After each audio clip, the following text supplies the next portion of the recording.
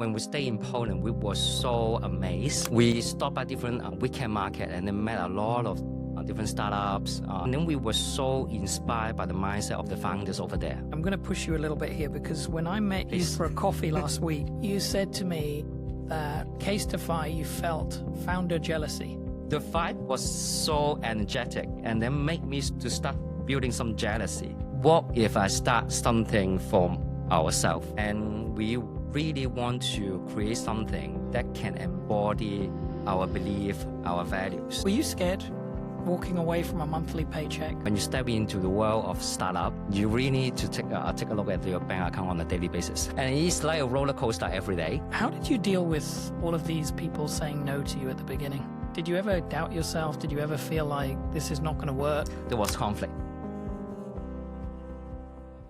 Welcome, Fai, and thank you so much for being here tonight. Thank you so much for the invitation. It's actually my first time to do podcasts.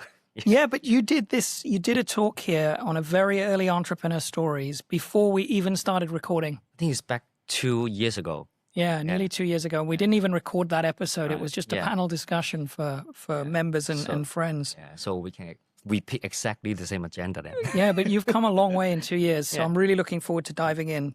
So for those of you guys who don't know, Fai and I used to work together over a decade ago.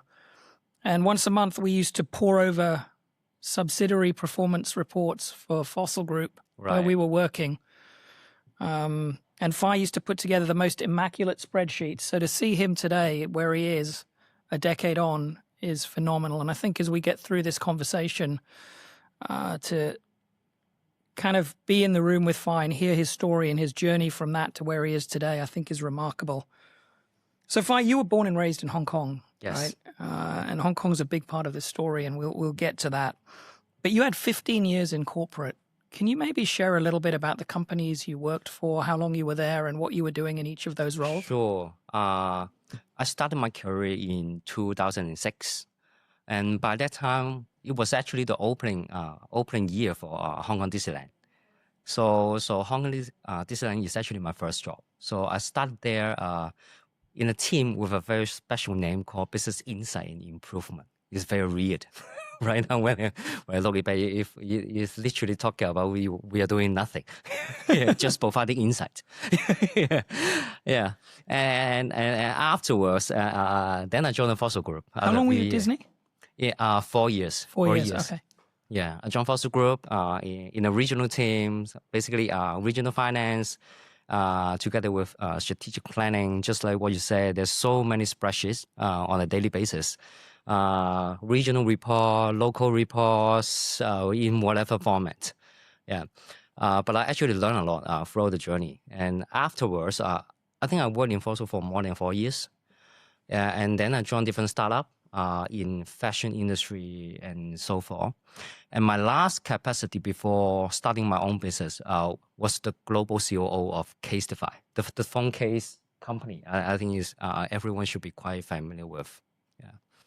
It's a pretty remarkable journey over 15 years with, you had actually 4 big companies, right? Yeah. And I think you told me that between Fossil Group and CASETiFY, the company you were working for was actually acquiring other companies. So you got to see a lot of, one, acquisitions. Yeah. But 2, also how startups were operating, because I guess it was startups that were being acquired. Exactly. Yeah. And then how to integrate them into the parent company. Right. Yeah. Because normally after acquisition is everything in a mess. Yeah. In terms of system, in terms of structure, in terms of product, and then you need to get rid of everything and then turn around the business in a very, very quick manner. And before joining CASETiFY, this is how I spent my last 7 years. Yeah. So my ex-boss, who was actually one of the biggest fashion manufacturer in the world, producing garments for H&M, Marks and Spencer, and so forth. He has acquired 3 different brands, and I was actually swinging around for the 3 brands, mainly handling everything about the post acquisitions. Yeah, amazing. I mean, it's an incredible foundation to have before going into entrepreneurship. Yeah. But I wanted to ask you, moving from a company like Disney, which is a huge beast of a company. Yeah.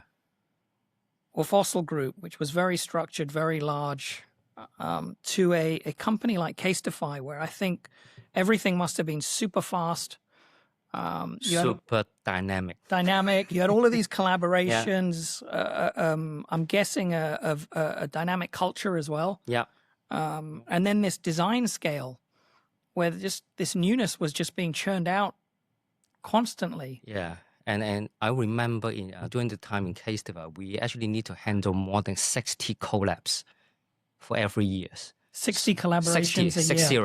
So 2 a month. Yeah. Oh, more than sorry. No. More than 2 a month. Sorry. Once every 5 days. Once every 5 days. Wow. Yeah. Wow. Yeah. Wow. Yeah. So you can imagine the momentum and also how the engine works there. Yeah. I'm guessing that, and you tell me, the energy and the dynamism that you had at CASETiFY probably inspired you quite a bit. That's true. That's so true. So when did you decide to leave, and why did you decide to leave sort of the corporate world and start your own business? I think it was back to 2020. Yeah. And then by that time, when I start counting, I've already working in the corporate world for more than 15 years, just like what you share. Yeah. So many meetings every day, from days to night. So many different countries need to manage, not to mention all the people around, and many procedures. And then you need to chase all the KPI all the times. It's actually quite exhausted and physically quite drained. And my wife actually encountered something very similar. So back to 2020, and we decided to take a career break. Yeah. So this break is actually come with everything so ad hoc, but we decided together without any plans. Yeah. So we just want to recharge. Yeah. And by that time, I remember is actually COVID started. Yeah. But we are actually quite courageous, yeah, and quite risky when I try to look back. Yeah. Yeah. And then we left Hong Kong, and we just want to go somewhere in the world that nobody goes. Yep. We found a country which is relatively low profile, and then we decided to stay in Poland for a few months. Yeah. And then there's some little magic happen in Poland. Yeah. So tell me about the little magic in Poland, because Poland's a big part of the influence in your story, right? Indeed. When we stay in Poland, we were so amazed. The country didn't stop at all during the COVID time. It's still running like a full speed of light. Just for your information for everyone here, Poland just become the top 20 wealthiest country in the world. Really? And the GDP just reached more than $1 trillion. Yeah. Okay. In the last decade, the GDP is actually the growth rate is actually the highest among all the countries in the EU. So you can imagine when we stay in Poland, we feel the vibes, and we stop at different weekend market and then met a lot of different startups. It doesn't really matter which industry, can be consumer goods, can be logistics, can be other industry. And then we were so inspired by the mindset of the founders over there. And what they impressed me the most is their introductions. Yeah, I make an example. When they try to introduce themselves, they will call it, let's say, I'm Fai. But the second wording they will put into the introduction is, I came from Hong Kong, their hometown or home city. And I'm the founder of the brand, Poland. So they put their hometown even before the brand and also the countries. And then when I try to dig deeper, their mindset behind, because they have a very strong emotional attachment to where they grow, they really committed to giving back to their community. And this actually inspired me and also my wife the most. And then by that time, it just really a click that we want to do something for Hong Kong. And during the COVID time, everyone is very depressed. Yeah, the vibes in Hong Kong in general is actually quite negative. And also by that time, there's so many people, especially during our age, move out from Hong Kong, right? So families, friends, and they're being geographically apart.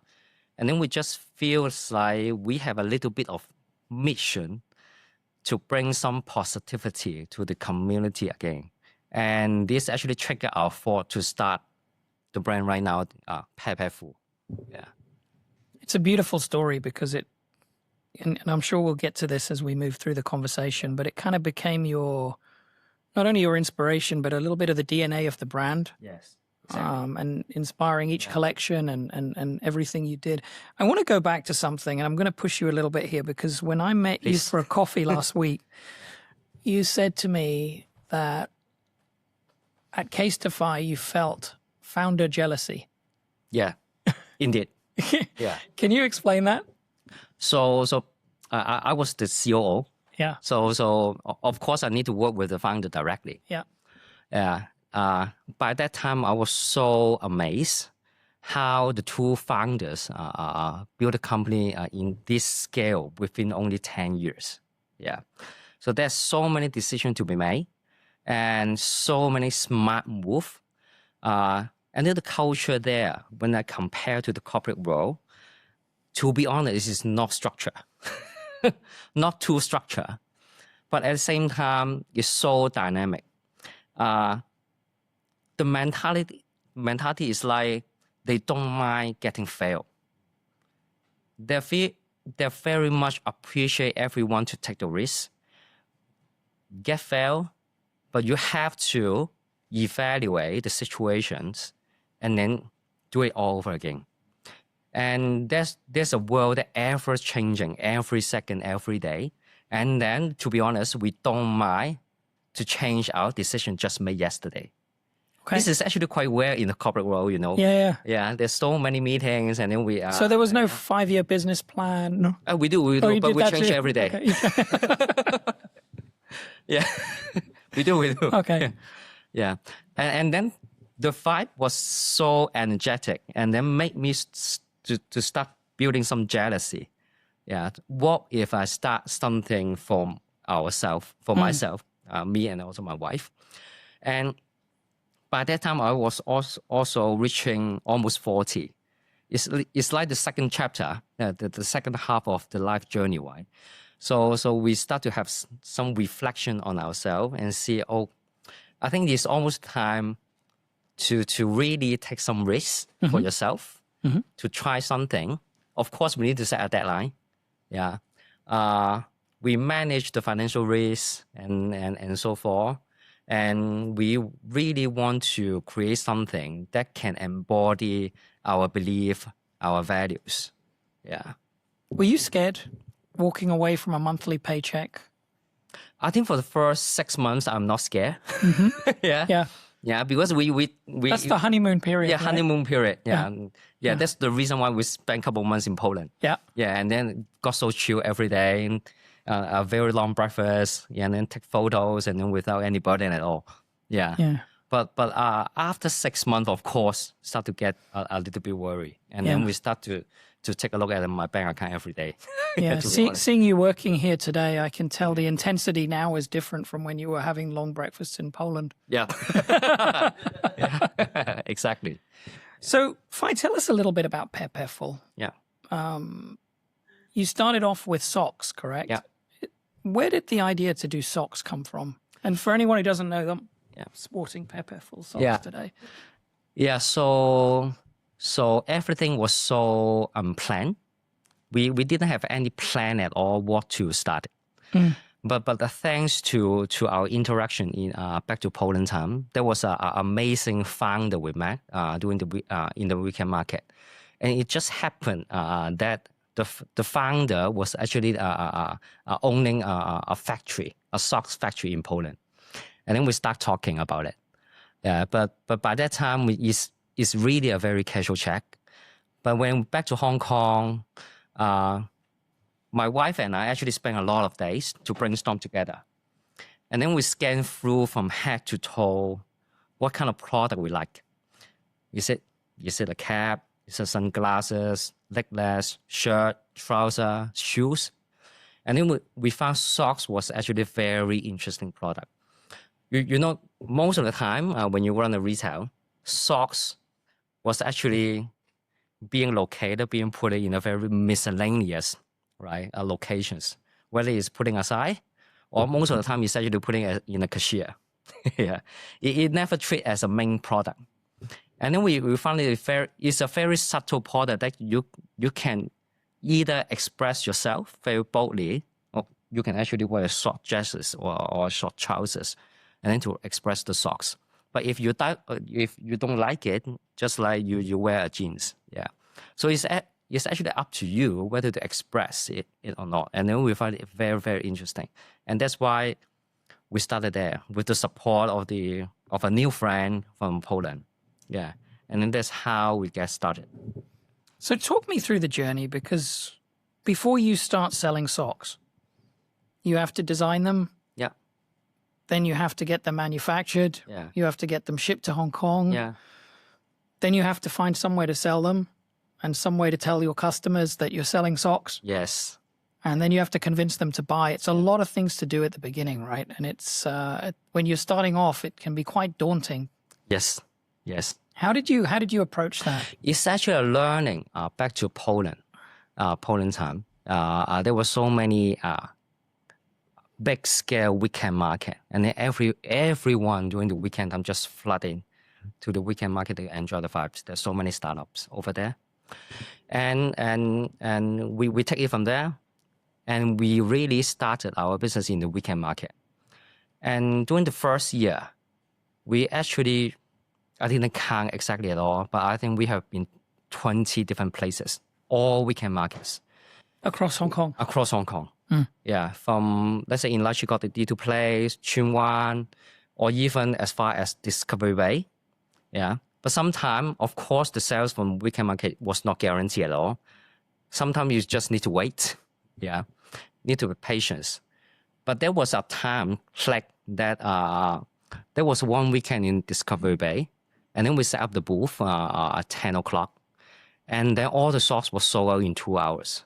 And then, we start to feel there's a market fit over there. And we start to take everything seriously, to design the socks ourselves, to talk about Hong Kong culture.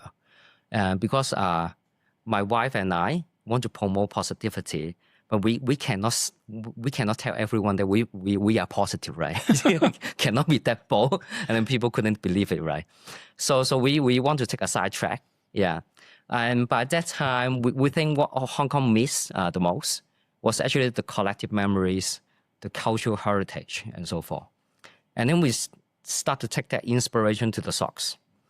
And at the same time, for those who didn't familiar with our brand, our socks are actually mismatching. So every pair are mismatched. And then we think this is actually one of the most precious assets for Hong Kong. It's a very diversified community. And this soon gradually become our DNA to design something inspiring from Hong Kong stories and then put it as a mismatching graphics. And starting from a different weekend market, we found it very, very valuable. We really acquire customer one by one. Yeah. And then there was a point, we were invited by Athlete in City Plaza to open a pop-up store. So Athlete's a really big bookstore, but it has other product categories also. It's almost like a bookstore come department store. It's a lifestyle store. Bookstore. Yeah. And because by that time during the COVID time, the rent is actually dramatically reduced. So we dare to take a risk. And then there was our first offline presence there. But I still remember very strongly the first Thankful Week. It's actually 2 weeks after we opened the pop-up store. So Thankful Week is a big sales week, right? Yes. So everything's on sale. Everything on sale. Big discounts. It's once every 6 months by Athlete. Yeah. And by that time, we only got 100 or 200 followers on IG. But On the first day of Thankful Week, there was one customer coming from Tai Po. It's actually quite far away, right? 45 minutes or even 1 hour transportations. And then waiting at our storefront, waiting for us to open. And then on the weekend, there was people lining up from our store until 7:30 p.m. Yeah, we're still handling transaction during the midnight. Yeah, this is actually the first time we think, wow, this business could be something. And this is actually the first, checkpoint. We found there's really a product market fit. Yeah, and that's how we start to scale. What do you think it was that people were, what resonated with those customers? I think first one, our very unique DNA. So we want to promote positivity through storytelling design. And then every story tell about Hong Kong, our collective memories, cultural heritage, and so forth. There was a pair of socks we call bamboo scaffolding. Yeah. So it's talk about unique architectural skill, only unique in Hong Kong. That socks was extremely popular because it's called out so many very precious memory from Hong Kong, and then we are so proud with this cultural heritage. And I think it's the story, that can build some emotional attachment across the generations. Even though our socks is extremely colorful, not many people dare to wear it. But I can tell the truth, our main target customer was not those streetwear, not the younger generations. Over 75% of customers is actually 35 plus. Yeah. And then 70% of our customer is actually female. Yeah. So they can be a very professional girls, ladies, during the weekdays. Yeah. They can be lawyers, they can be doctors. We did a survey on an annual basis to know their the jobs, their household income, and so forth. But during the weekend, they would carry our socks. They will wear our socks. And then they would send it as a gift to their family, parents, friends outside Hong Kong. And that's what we found our DNA can actually build the emotional bondings, across the community over there. So I have two questions. I think the emotional connection that the product obviously had with the consumer, it's a beautiful story, and it's also very clear why people were buying your products. Can you give us an idea of some other inspired designs apart from the scaffolding that you did to represent Hong Kong? And then my other question, maybe you can answer both of them, is the first socks that you brought from Poland, the first collection, who designed those, and what were they inspired by Hong Kong, or were they just mismatched socks? It's actually our cousin. Your cousin designed it. Okay, yeah. So you kept it in, keeping it in the family. Yeah. It's a family business, to be honest. Okay. Yeah.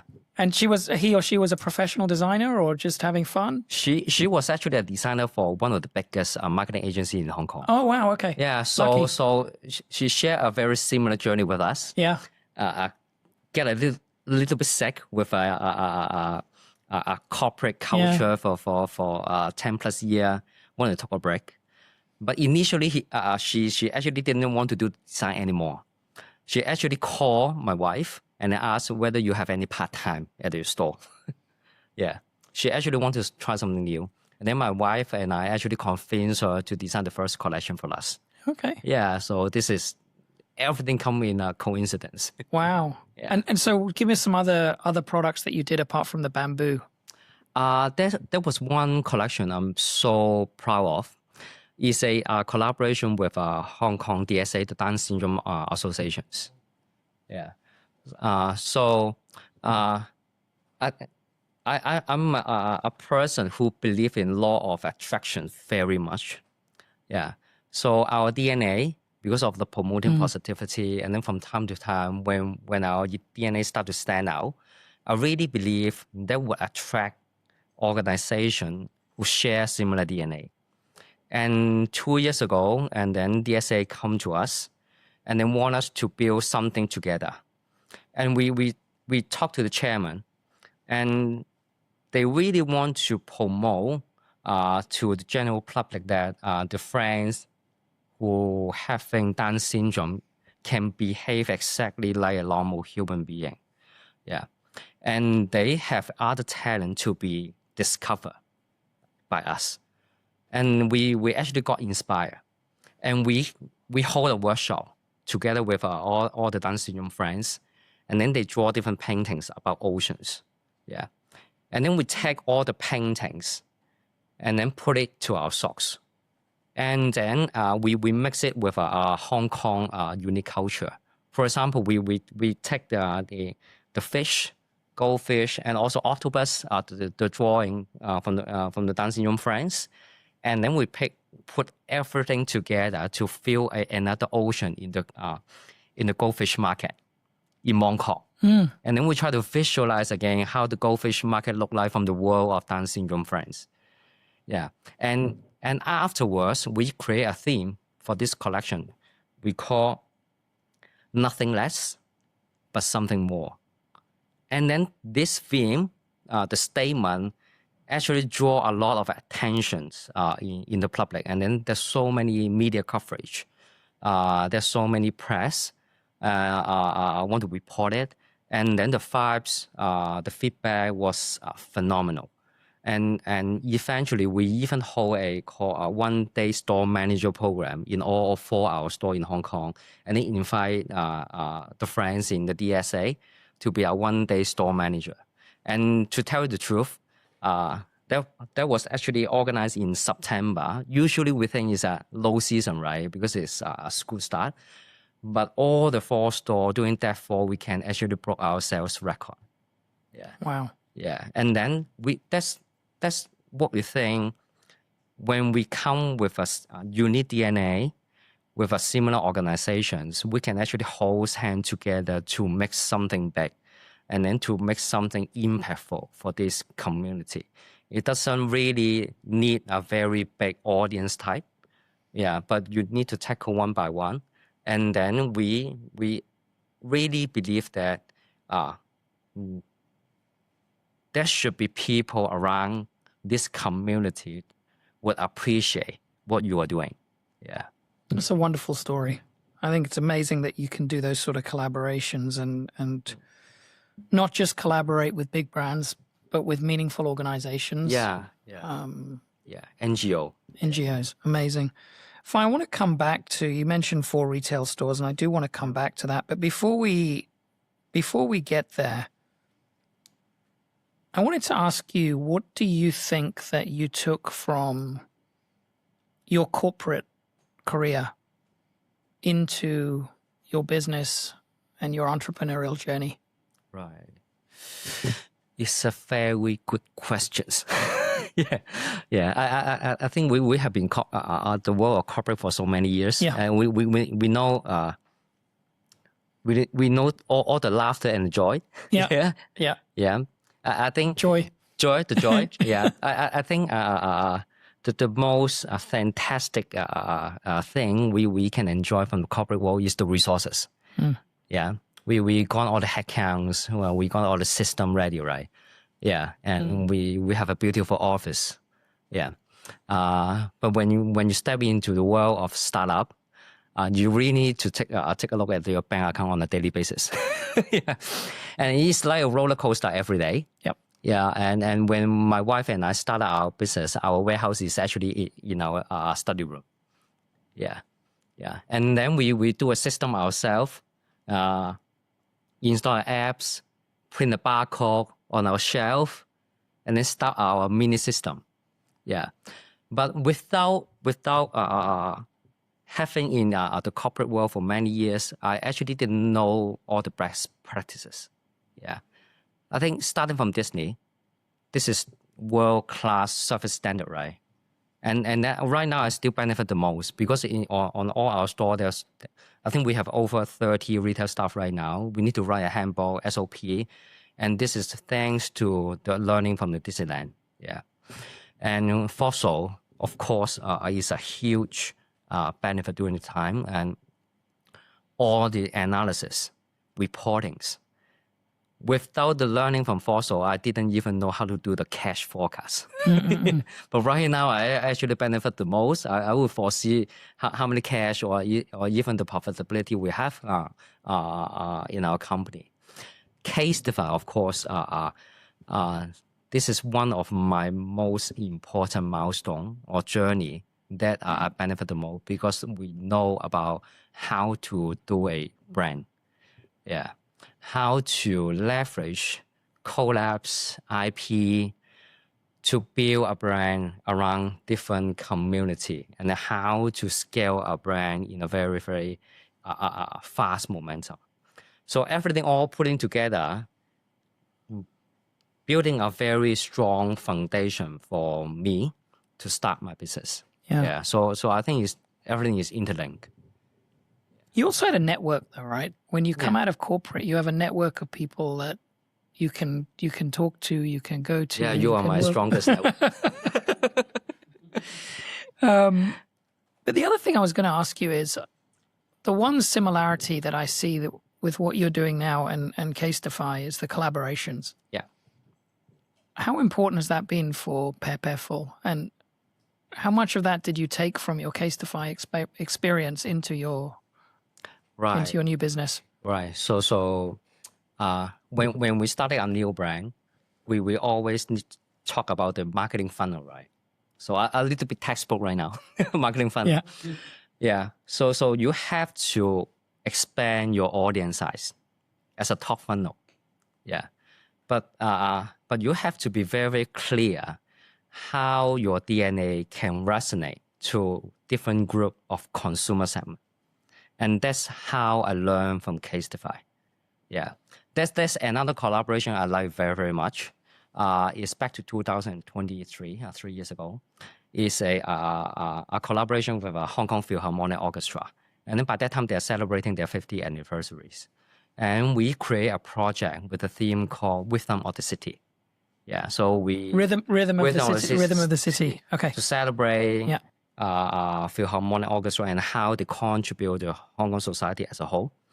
And thanks to the learning from CASETiFY, I really get to know how to tackle a new market segment.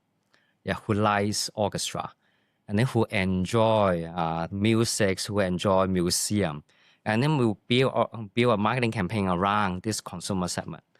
And then the feedback was phenomenal, very, very, very positive. And we still remember that the socks have to replenish, I think, once every 2 months. Yeah. And then for every time when they carry our orchestra and then during the middle session when everyone take a break, they start to sell merchandise and then every time was sold out.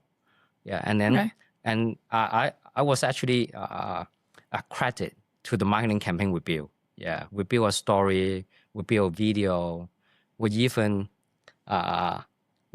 asked Star Ferry to rent a ferry for us for the afternoon to take a video over there. Okay. Yeah, just because the musician from the orchestra get used to take the ferry from what they live to a Hong Kong Cultural Center every day to practices. And then we actually want to tell the story about the daily life of musicians. Yeah. It's really deep. It's not... It's extremely deep, Yeah, that's amazing. That's amazing. I want to go to the journey that you took from weekend markets to this. Well, you print it out. Yeah. Maybe you can tell everyone what this is. So this is our first brick and mortar store. It's actually located in Hong Kong International Airport. After immigration, it's at gate 40. Yeah. Yeah. So we are very proud of this store. Yeah. Because we just like what you said, we start from weekend market but in 5 years' time, we managed to get into one of the most, I can say, competitive retail environment, which is our international airport. Yeah. And what was the journey? Because you don't just go from the weekend market to Hong Kong International Airport, right? There's a long journey in between. Because you had stores in, I'm going to just name the few I know. Right. IFC, IFC, yeah. City Plaza, City Plaza, yeah. Langham Place. a little while? K11 Musea. K11 Musea, yeah. And we just opened a new one in the Pitt Tower. Yeah. Yeah. So to do that in 5 years, how did you feel the first time you were writing your deposit check to IFC? We couldn't imagine. We really couldn't imagine. Yeah. Because I've seen those contracts. It's not just 2 or 3 pieces of paper. No, at least it's a 50. book. Yeah, Yeah. at least 50 pages, but thanks to AI. Yeah. Yeah, I can get a quick summary. Yeah. And then I can ask AI whether there's any tricks. I never had that when I was in real estate in Folsom. Yeah. Yeah. Yeah, 10 years ago, I had to read the whole thing myself. Yeah. Yeah, thanks to Gemini. Yeah. But the journey, you started in the weekend markets. Yeah. You saw product market fit. Yeah. Then you went to S-Lite. Yeah. You had success there. Yeah. You launched your website. Yeah. And did you go straight from there then to your first pop-up shop? Not exactly. Of course, there's so many ups and downs from time to time. In the very beginning, when we didn't communicate our DNA very, very boldly, I think no one understand our mission behind. So when we start to talk to landlord, of course, because we are still so young, they will only look at the commercial perspective. Yeah. So that we were rejected for so many times. I couldn't tell you how many times we were being rejected. Yeah. Yeah. Until we opened the first store in Ashley, there was a performance proven. And when we find there's a product market fit, we think there's an urgent need to scale up very, very quickly. Yeah. Instead of taking a steady pace. Yeah. And that's why we opened the second store in, by that time, Causeway Bay, Ashley. Yeah. And from time to time, yeah, when we start to create another collection about Hong Kong stories, cultural heritage, we start to enlarge our consumer base, and we find our customer is actually very loyal to us. It's actually not loyal to us; it's loyal to our story. Yeah, and from time to time, we start to attract organizations that appreciate our missions. And to share with you all the organizations we have having a collaboration with are not a very commercial organizations, not a very typical IP, but NGO, but those who are in cultural sector or even entertainment sectors. Not only Hong Kong DSA, but the Muse. We have done some collaboration before, Hong Kong Philharmonic Orchestra, or even Hong Kong Disneyland. Yeah, we've been designing different products for Hong Kong Disneyland for 4 years already. Yeah, and every time we start different collaboration, we get to know a new audience, and the next step is actually for us how to maintain them. Yeah. Yeah. So you bring them in through the funnel. Yeah, from the top to the middle and then conversion. Conversion, yeah. Yeah. And that's how we quickly scale up in the last 5 years. And for the presence in Hong Kong International Airport, because our Hong Kong story is not only for emotional bonding within the Hong Kong population, but it's actually quite a good gift. Yeah. Yeah, for tourists. And then we got invited to open the first pop-up store, and then the performance was actually quite encouraging. And we were invited to join the tendering and then build a store like this. Yeah. And then thanks to the proven case from the international airport, and then we are quite comfortable to open a second brick and mortar store in the peak, which is quite similar to the nature of Hong Kong International Airport, because the peak is the prime tourist destination spot, right, for Hong Kong. Yeah. Yeah. Fine. I want to touch on 2 things. The first one is, it's one thing designing, collaborating and then designing socks, buying them, putting them in a weekend market. Yeah. But when your company goes from that to running retail stores, there are a lot of things that have to change. Yeah. From finance, because it's not easy to run these stores, right? There's deposits involved. Yeah, there's so many deposits need to pay. Hiring and there's build out costs, there's design costs. Yeah. There's your team has to grow, your logistics has to change, everything in the company has to change. Yeah. Can you talk us through how you approach some of those challenges and what were the biggest challenges you faced and how you overcame them? I think the biggest challenge is how you want to control the pace. Because you're the founders. Whenever you smell any demand, you're so tempted to speed it up, right? Yeah. But without a solid foundation for the financials, you can never speed up, or you will be facing a very high risk. So everything you have to calculate very, very carefully and then build different scenario. What if it fail? What if it succeeds? Yeah. If it succeed, how to speed it up? Yeah. What if it fail, or if there's any indication to be failing very, very soon, you need to cut off. Yeah, to cut the loss. Yeah. And that's how we are encounter on a daily basis. Yeah. Did you have to do that with any of your stores? Did you have to cut them? Of course. Of course. I think in the last 5 years, we have been building 15 pop-up store already. Okay. Yeah. But this is also one of our strategy, because we actually want to be present in every single district in Hong Kong, and then to test whether in a particular district is our consumer segment. Yeah. And then that's why after 5 years, we got so many data to analyze which district we are very comfortable to stay long term. And that's how we build our footprint right now.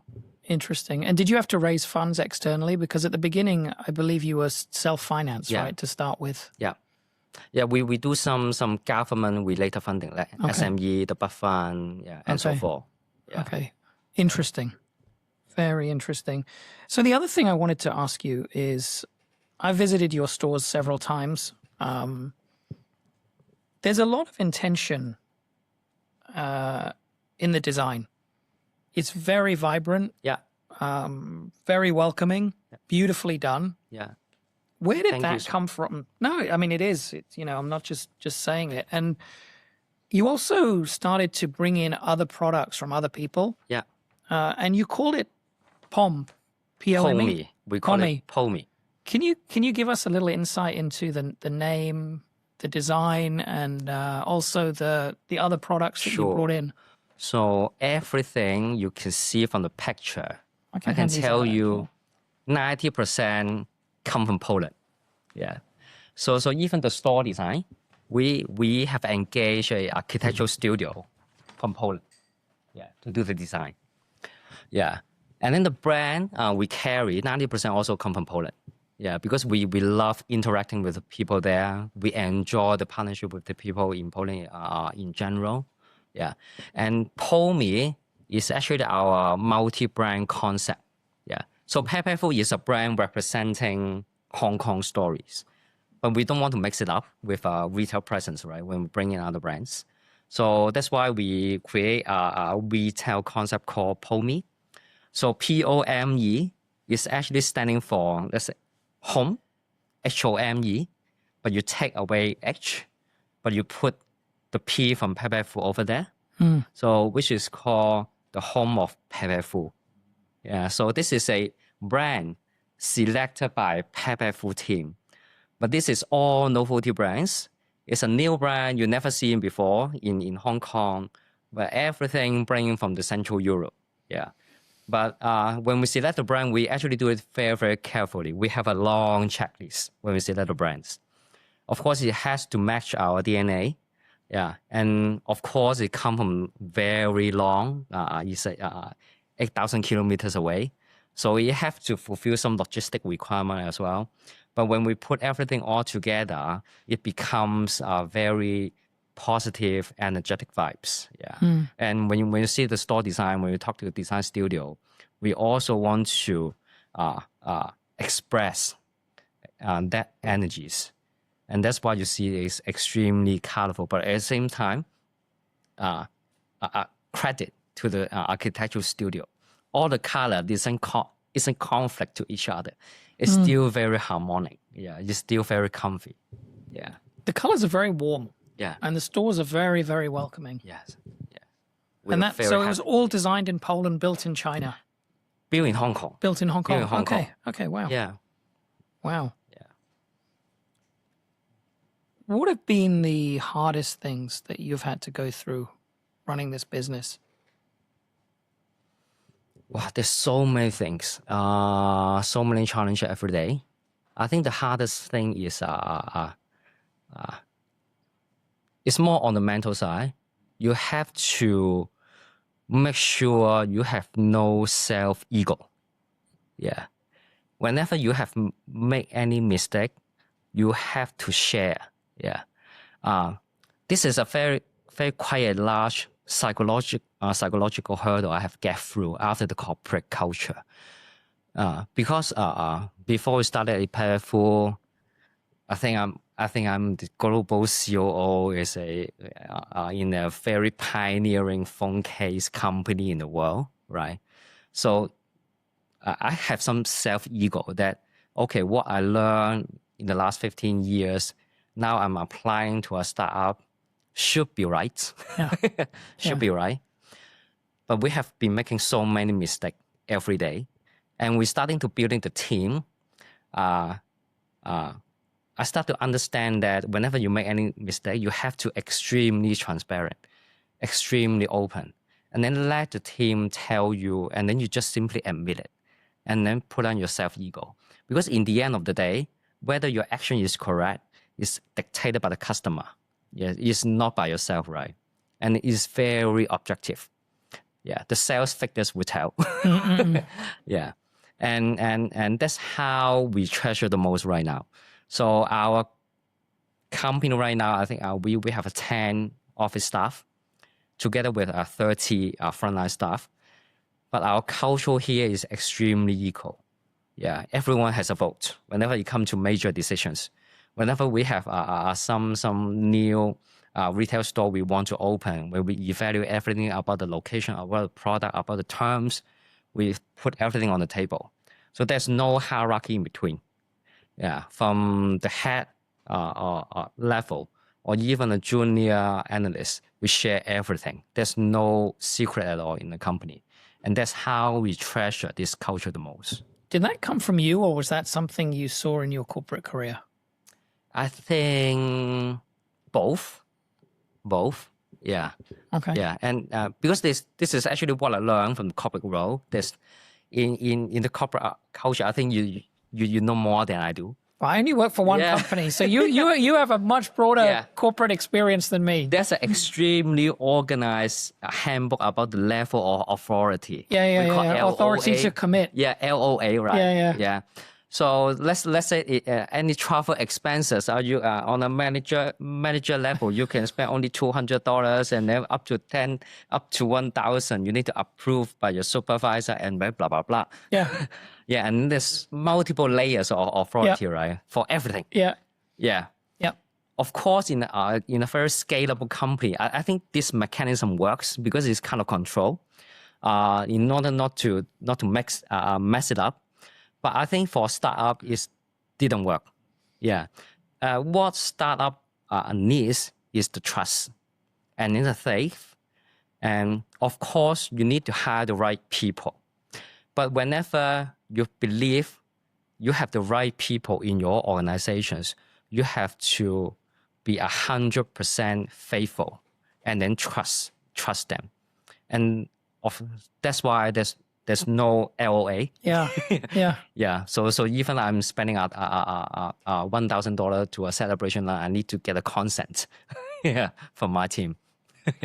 What do you look for in the people that you hire?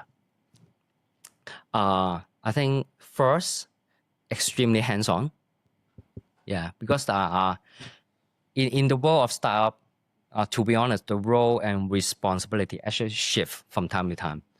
Today, you can have an official title of marketing specialist.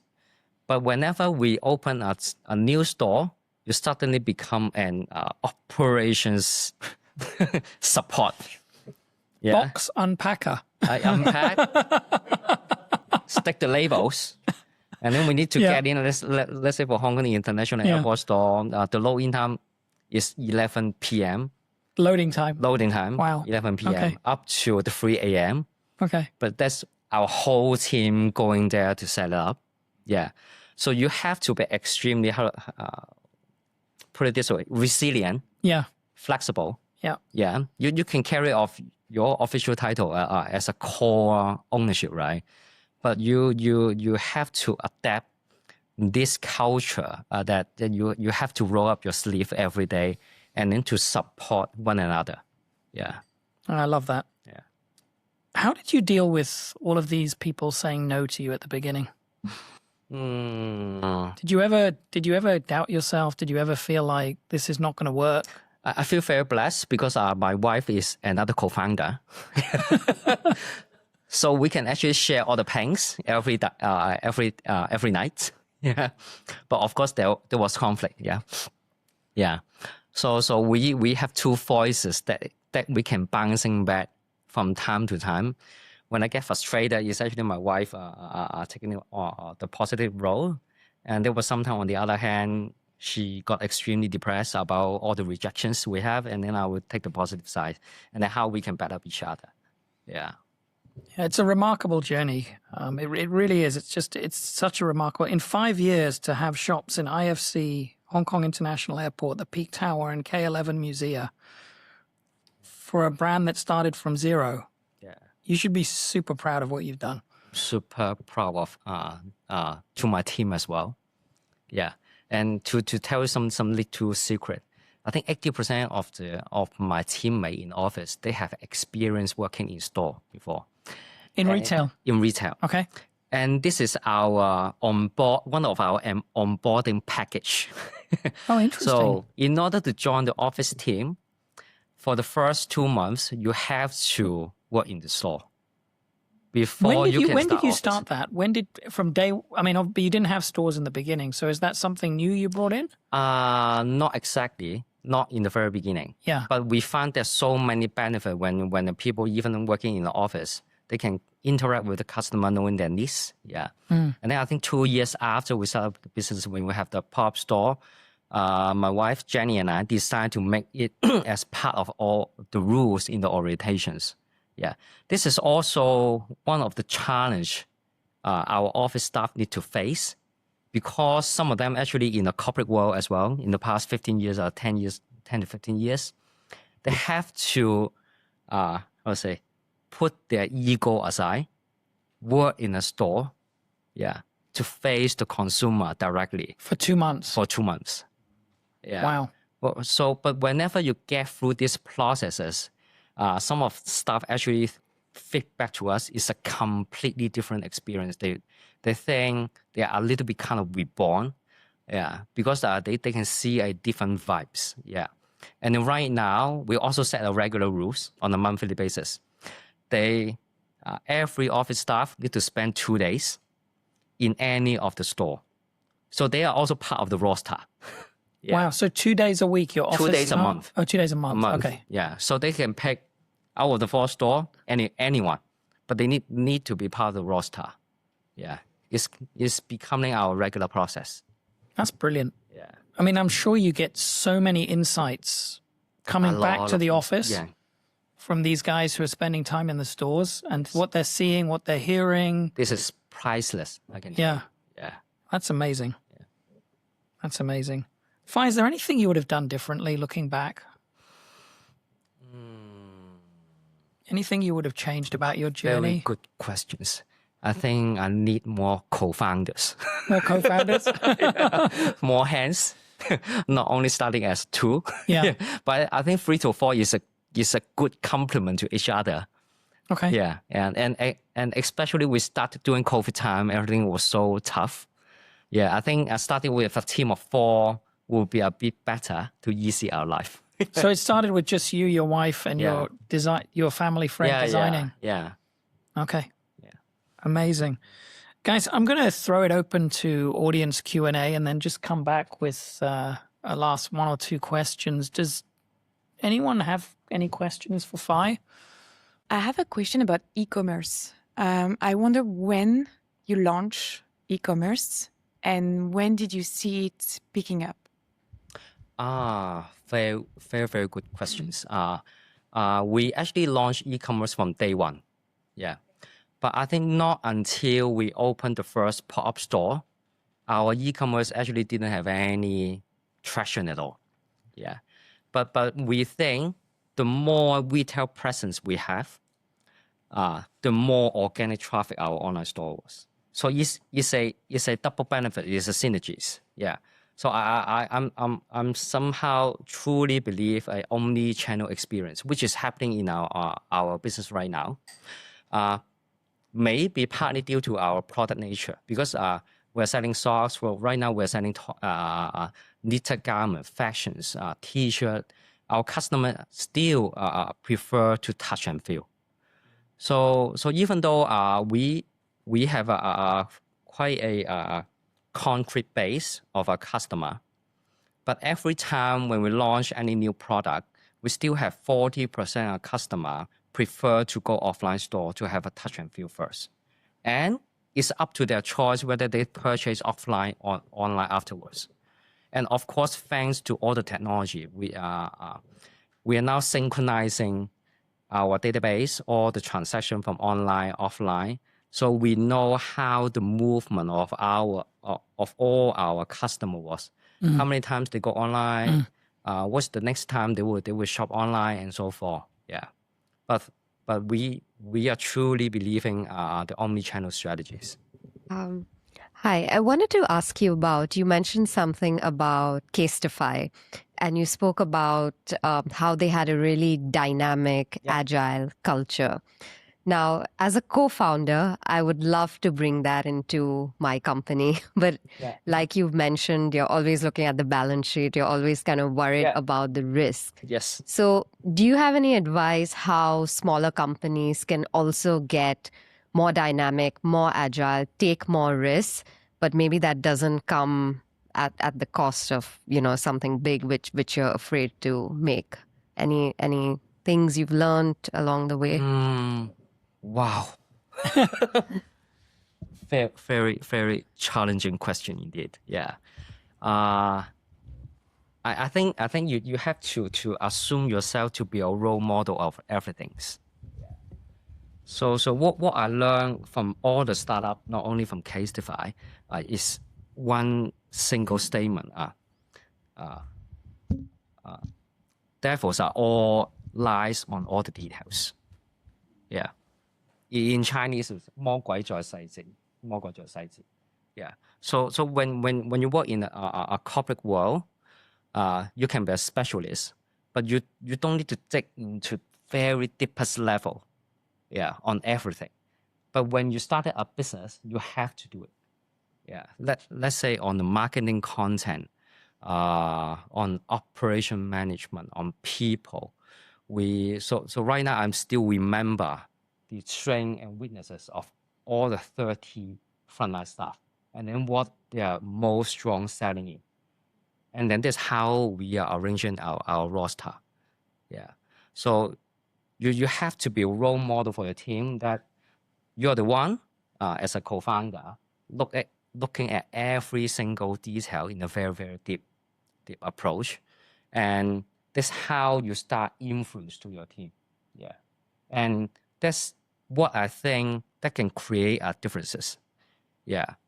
That there are so many startups, so many businesses, of course, started every year, but there are not many can stay for a first year, sustain for 5 years, and then not to mention scaling up.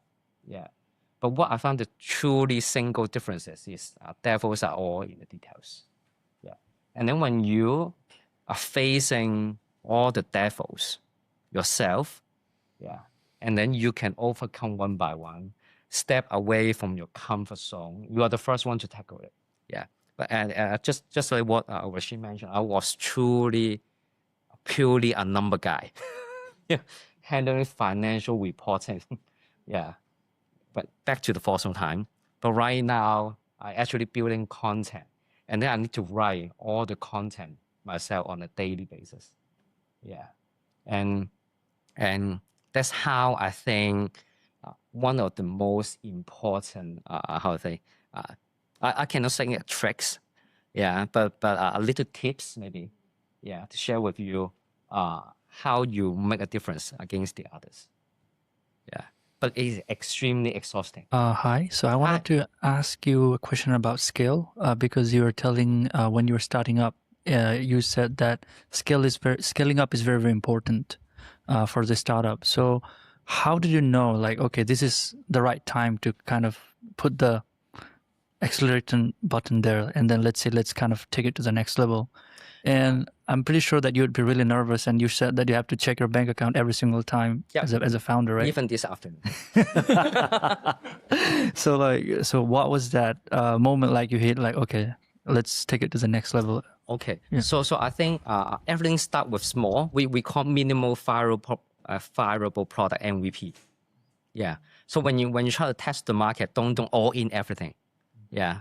You start with something small, maybe a partial product at the very beginning, but you have to talk to the customer directly.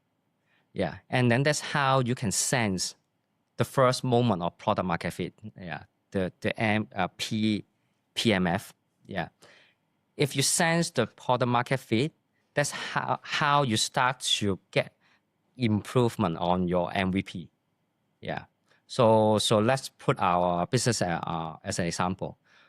For the first collection, we just very simple to create a mini capsule of socks. No fancy packaging, no fancy content at all. But we put to the weekend market and then test it. It's a very local weekend market in D2. But the response is very, very good. And after knowing the responses, and we start to scale up and then put it more and more creative in collection. And then we start take some professional photo shoot, building a content. Yeah. And this is how you sense the product market fit.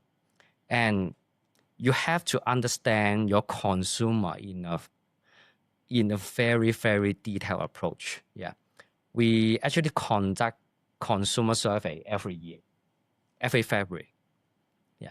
So we know their jobs, we know where they live, we know the age group, we know their hobbies. We even ask some very interesting question: what kind of brand of bags you will carry, whether Chanel or Celine, yeah, or even Adidas. So to understand indirectly their behavior. And every year when we try to consolidate all the feedback, we can map out our persona. And that's how we understand our customer. Yeah, we know the age group. Yeah, and we find it extremely beneficial when we do the digital advertisings on Meta, on Google, yeah, or even on YouTube. Yeah, because you need to target very in a very focused manner. Yeah, and whenever you understand your customer, you know their taste, you know their preferences, and you will start to know how to trigger their emotional bonding. And in the end, of course, is the impulse purchase. Yeah, and that's how the journey was. Yeah, I hope I answer your questions. Thank you, Fai, for sharing. So 2 quick questions for me. So any differences you found? Last one. It's okay. Sorry. But you can combine. Yeah. So any difference you found between Polish and Hong Kong weekend markets, and how you stay competitive, given that there may be any large similar brands that would come to similar, would say, collaboration with NGO, then they may steal away from yourselves. So how you stay competitive in the market? So the first question is, from the Polish weekend market, we can even find the big brands in Poland. So even though there's so many big brands, they're running multi-million euros in a year, they are still engaging in weekend markets. Yeah. We find Wow, they keep going back. They keep going back. So even they're multi-million dollars. Yeah. And this is the major differences. Yeah. And what we treasure the most for Polish partnership, because they're extremely practical. Yeah. Very practical in a way that even though they scale up, even though they are super big organizations, they still don't mind to back to basics. Yeah. and then start talking to the customer and so forth. That's how we met so many founders in the weekend market in Poland. But in Hong Kong, it's actually very, very different. Yeah. When you scale up, of course, you're extremely busy to take care of the people, organization, or store every day. And then, but sooner or later, you will forget how to be back to the basics. And thanks to the experience and journey in Poland, we're still very keen and very much willing to spend the time to do what we have been doing starting from day one. Back to my point, all the devils lie on details. Yeah. There's still so many socks brands. Yeah. Some brands even selling at $39. Yeah, Hong Kong dollars as a socks. Yeah. But to tell you, all our socks is pricing as 119. This is the premium we are building. Is the story behind, is the creative design behind, and then all the effort we have been paying to make sure this is authentic, original. And for every collections we build, we spend at least 6 months. Of course, there's multiple collections doing in parallel, but the most of the time we spend was actually doing research. Yeah. Let's say for this time, we want to focus on any cultural heritage, right? The whole team, will actually spend 2 full days to shop around our downtown again. So even though we have been spending every day in our home city, but there are so many things you might probably miss. Yeah. And most of the time we are doing study, research, and then in order to come up with a strong story. And when we started design, if something coming up we are not happy with, we are not forcing ourselves to launch. Yeah. We have to get a general consensus that the whole team are convinced that this is a good design. And then we are comfortable to launch. And I think the time, the effort we're spending on each story, making us a little bit different from all other competitors. Yeah. You've got a very diverse and interesting background. You've worked in theme parks, you've worked across watches, phone cases, garments. How would you say that your experience has shaped your hunger for what you do? And at the same time, how does that reflect in your hiring when you look at talent that's coming in? Do you hire to fit a role, or do you look at the person and their personality, whether they're a sponge, their real life experiences? Right.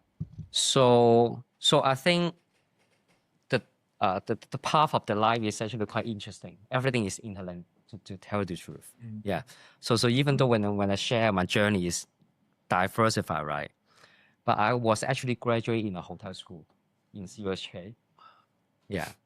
And right now, my 3 biggest partner was actually coming from hospitality. The first one is Hong Kong International Airport. And then the second one was Peak Tower, actually managed by Peninsula Group. And then the third one is Hong Kong Disneyland. Yeah, so I couldn't tell you how it built such a coincidence. Yeah, we didn't touch on that. You're making socks for Disney as well, right? Yes. Yeah. We built a story around the theme park, and then the collection is called A Day in Disneyland. We want to educate the customer again how to spend a full day in a Disneyland together. So we draw a pair of socks for every single ride and every single attractions, and then there's a time frame of that. So let's say starting from the morning, you first of all you see the train station, right? And then in the end you enjoy the fireworks. So every song is talking about different time frames when you spend the time in this. Yeah. But back to your question, I think everything is interlinked. And what I value the most on my business is actually the service standards. Yeah. And everything comes from your heart. You have to be very genuine. Yeah. It not only applies to everyone we hire on the front line, but this is how we also build a culture. we're extremely open. We're extremely transparent. Yeah. And if something turns out not to be good, we're not afraid to hold a meeting and to evaluate altogether. Yeah. Yeah. And thanks to all my experience in this or even back to my study, because I study hotel management, right? So everything about hotel is talking about hospitality services. And right now, I still benefit very, very much from this spirit. Yeah. Amazing. Yeah. Amazing. Fai, what's next for playful? Wow. Wow. To give you a little bit hints. Yeah. Gonna fly out from the airport and go international? Yeah. Exiting the departure hall. Yeah, I will be having our first collaboration with a very iconic global IP. Oh, amazing. Yeah, in the end of this year. Yeah, but we want to create a very strong story about it. Yeah, so we found IP has a huge potential in Hong Kong.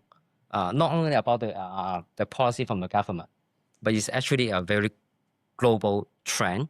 So when you say IP, just explain for people who don't know what you mean. IP actually have a different spectrums.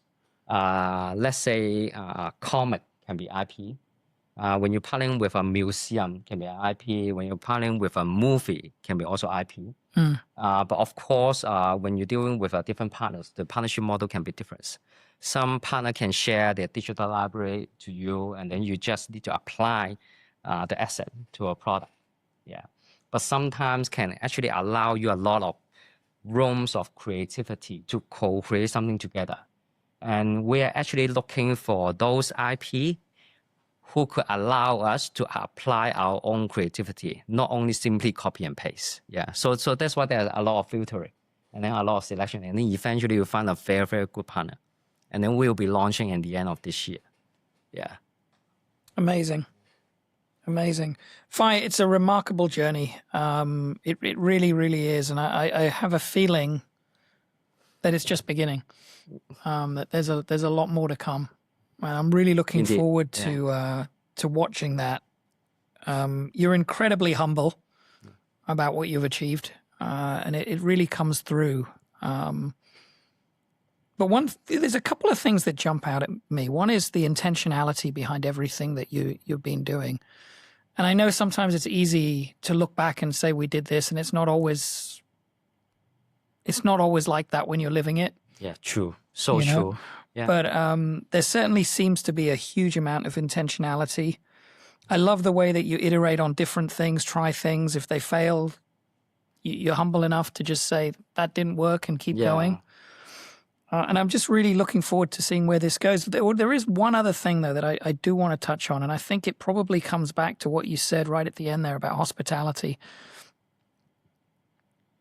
Every time I've seen you, and I go back to the store opening around the corner that you invited my wife and I to, the way that you interact with people and the relationships you have, I think is something that we can all learn from, because I think in business, those relationships are so important. And I've met so many people at your store opening that I wasn't expecting to meet. Yeah. From landlords to investors to the Polish consul general. Yes. Who came to support you. And yeah. I think that says a lot Yeah. about what you're doing. So super proud of what you've done. Congratulations. And Thank you so much. Thank you so much for being here today and sharing it with us. Yeah, my pleasure. Awesome. Yeah. All right. That's a wrap, guys. Thank you. Thank you. Well done.